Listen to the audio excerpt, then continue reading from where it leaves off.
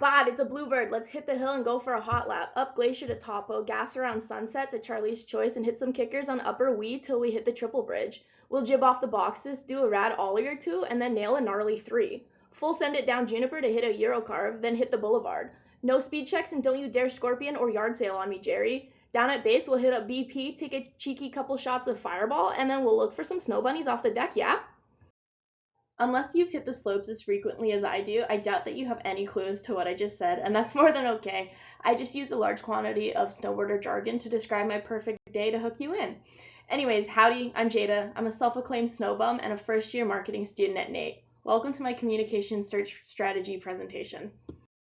Just a little quick agenda for you. In this presentation, I'll be going into a little detail about why I chose to write on this topic and the external sources I've found for it.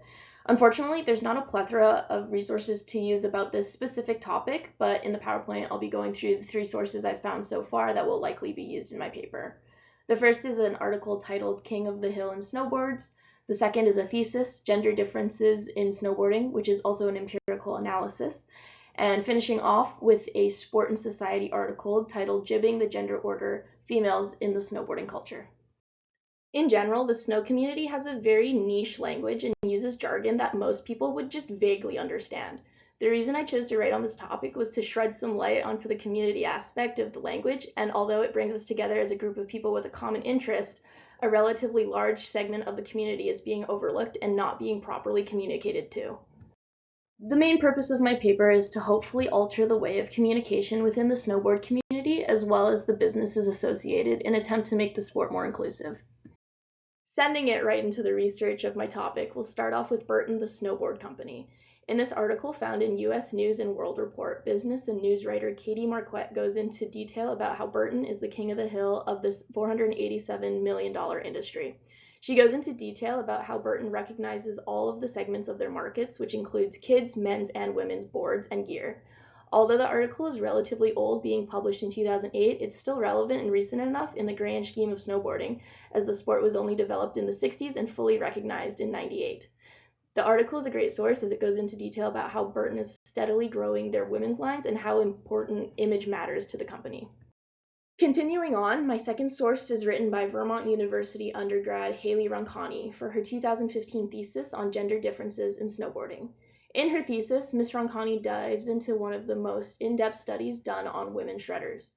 In her study, she found that women snowboarders feel underrepresented in the community and are not being properly communicated or catered to by businesses in the industry.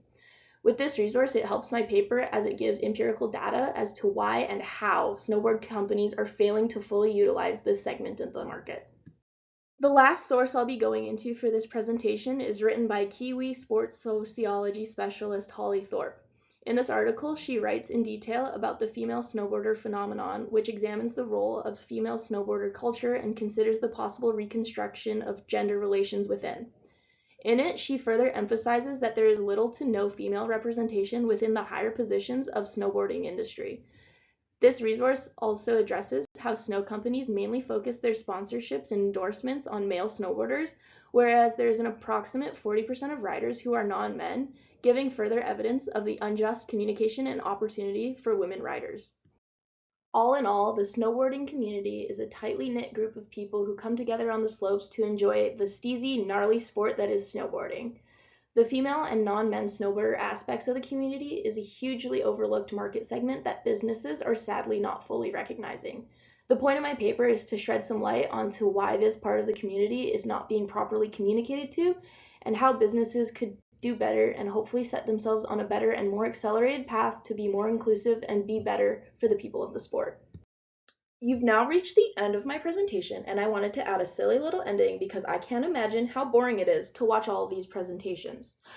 I hope you have a wonderful weekend, and big ask, but I forgot to hand in my search strategy documents, so if you could just kindly give me some partial marks for making this, that would just absolutely make my day. Anyways, toodles, and please enjoy the video of me landing my first 360.